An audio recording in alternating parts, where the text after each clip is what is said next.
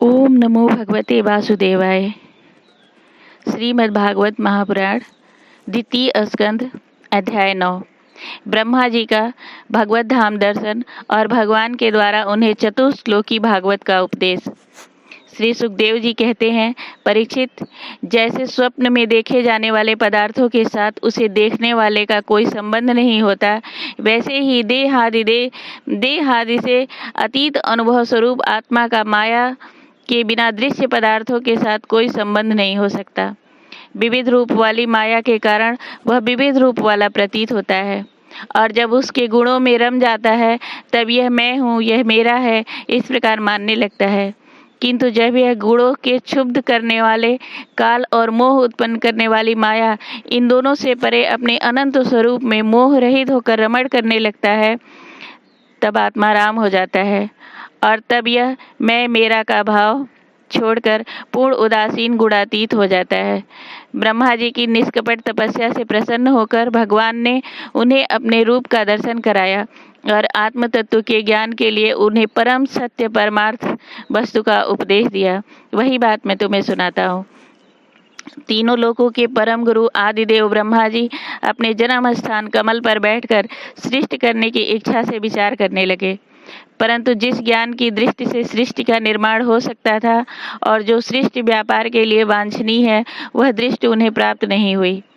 एक दिन वे यही चिंता कर रहे थे कि प्रलय के समुद्र में उन्होंने व्यंजनों के 16वें एवं 21वें अक्षर त तथा प को तप इस प्रकार 2 बार सुना। तप करो इस प्रकार 2 बार सुना। परीक्षित, महात्मा लोग इस तप की ध्वनि तप को ही त्यागियों का धन मानते हैं। यह सुनकर ब्रह्मा जी ने वक्ता को देखने की इच्छा से चारों ओर देखा, परंतु वहां दूसरा कोई दिखाई ना पड़ा। वे अपने कमल पर बैठ गए और मुझे तप करने की प्रत्यक्ष आज्ञा मिली है ऐसा निश्चय कर उसी में अपना हित समझकर उन्होंने अपने मन को तपस्या में लगा दिया। ब्रह्मा जी तपस्वियों में सबसे बड़े तपस्वी हैं। उनका ज्ञान अमोघ है। उन्होंने एक समय 1 सहस्र दिव्य वर्ष पर्यंत एकाग्र चित्त से अपने प्राण, मन, कर्मेंद्रिय और ज्ञानेंद्रियों को वश में करके ऐसी तपस्या की जिससे वे समस्त लोगों को प्रकाशित करने में समर्थ हो सके। उनकी तपस्या से प्रसन्न होकर भगवान ने उन्हें अपना वह लोक दिखाया जो सबसे श्रेष्ठ है और जिससे परे दूसरा कोई लोक नहीं है।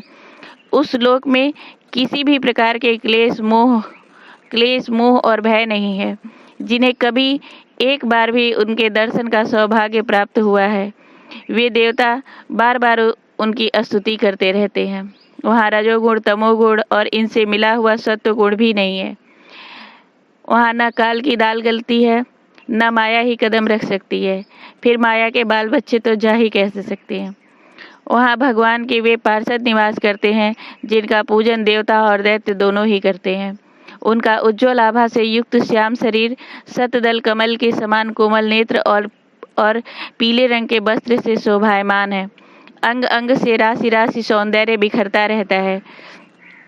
वे कोमलता की मूर्ति हैं। सभी के तो 4 भुजाएं हैं। वे स्वयं तो अत्यंत तेजस्वी हैं ही, मणिजटित स्वर्ण के प्रभा में आभूषण भी धारण किए रहते हैं। उनकी छवि मूंगे, बैदूर्य मणि और कमल के उज्ज्वल तंतु के समान है। उनके कानों में कुंडल, मस्तक पर मुकुट और कंठ में मालाएं शोभायमान हैं।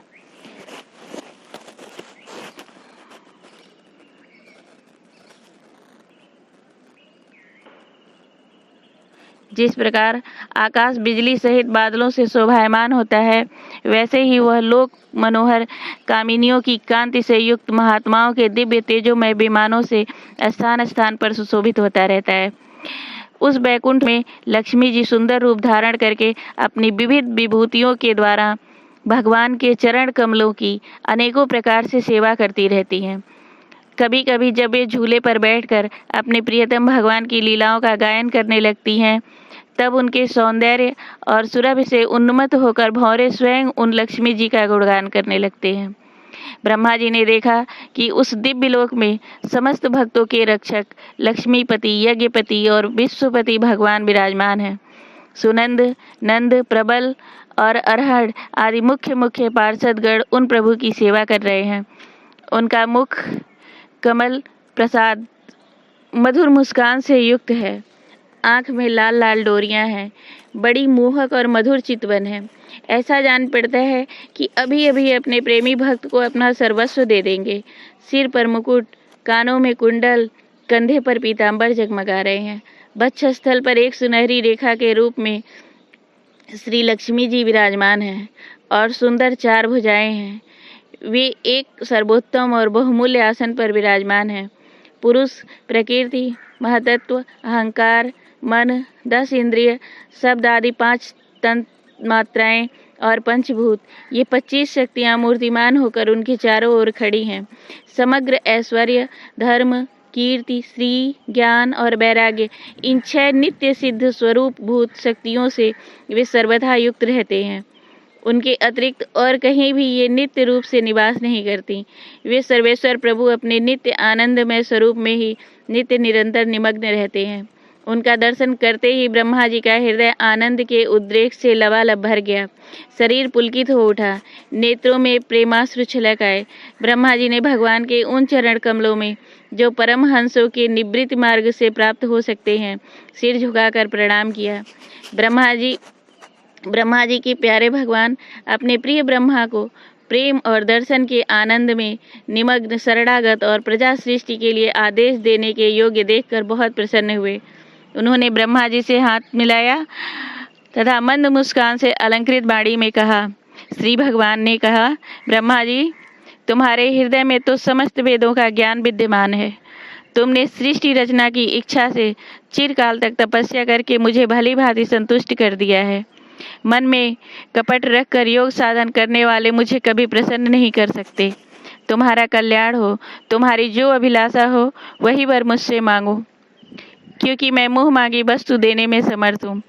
ब्रह्मा जी, जीव के समस्त कल्याणकारी साधनों का विश्राम पर्यवसान मेरे दर्शन में ही है। तुमने मुझे देखे बिना ही उस सूने जल में मेरी वाणी सुनकर इतनी घोर तपस्या की है। इसी से मेरी इच्छा से तुम्हें मेरे लोक का दर्शन हुआ है। तुम उस समय सृष्टि की रचना का कर्म करने में किम कर्तव्य विमूढ़ हो रहे थे। इसी से मैंने तुम्हें तपस्या करने की आज्ञा दी थी, क्योंकि निष्पाप तपस्या मेरा हृदय है और मैं स्वयं तपस्या का आत्मा हूँ।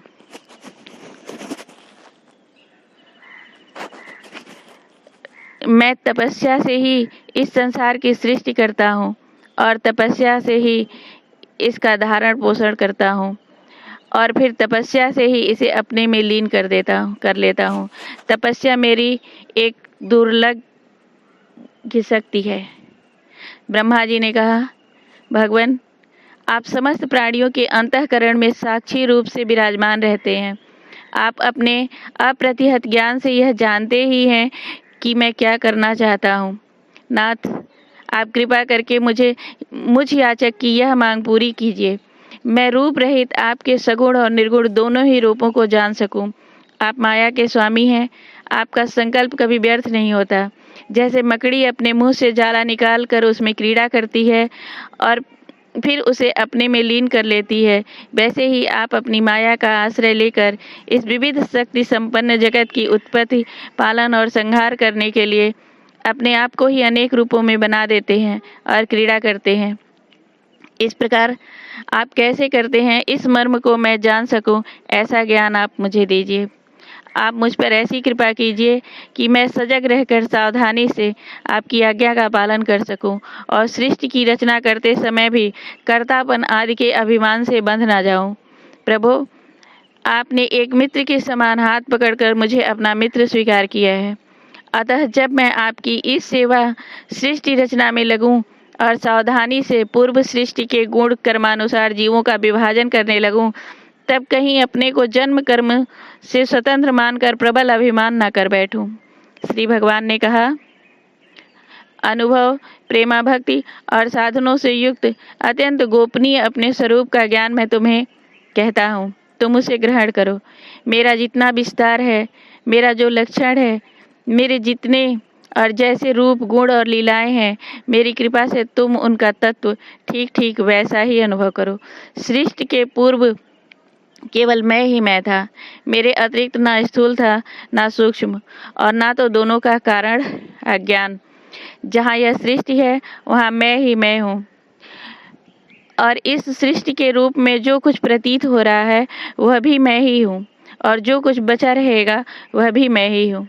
वास्तव में न होने पर भी जो कुछ अनिर्वचनीय वस्तु मेरे अतिरिक्त मुझ परमात्मा में दो चंद्रमाओं की तरह मिथ्या ही प्रतीत हो रही है, अथवा विद्यमान होने पर भी आकाश मंडल के नक्षत्रों में राहु की भांति जो मेरी प्रतीत नहीं होती, इसे मेरी माया समझना चाहिए।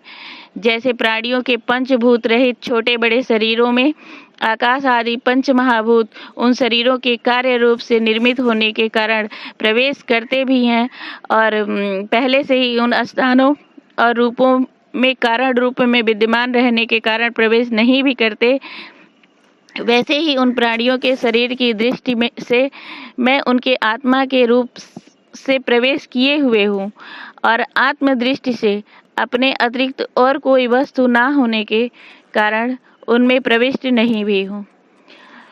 यह ब्रह्म नहीं, इस प्रकार निषेध की पद्धति से, और यह ब्रह्म है इस अन्वय की पद्धति से यही सिद्ध होता है कि सर्वातीत एवं सर्वस्वरूप भगवान ही सर्वदा और सर्वत्र स्थित हैं। वही वास्तविक तत्व है। जो आत्मा अथवा परमात्मा का तत्व जानना चाहते हैं, उन्हें केवल इतना ही जानने की आवश्यकता है।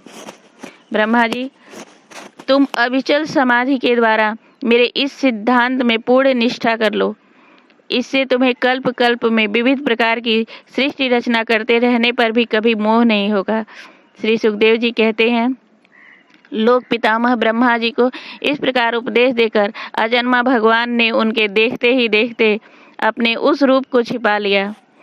जब सर्वभूत स्वरूप ब्रह्मा जी ने देखा कि भगवान ने अपने इंद्रिय गोचर स्वरूप को हमारे नेत्रों के सामने से हटा लिया है, तब उन्होंने अंजलि बांधकर उन्हें प्रणाम किया, और पहले कल्प में जैसी सृष्टि थी उसी रूप में इस दृश्य की रचना की। एक बार धर्मपति प्रजापति ब्रह्मा जी ने सारी जनता का कल्याण हो अपने इस स्वार्थ की पूर्ति के लिए विधि पूर्वक यम नियमों को धारण किया।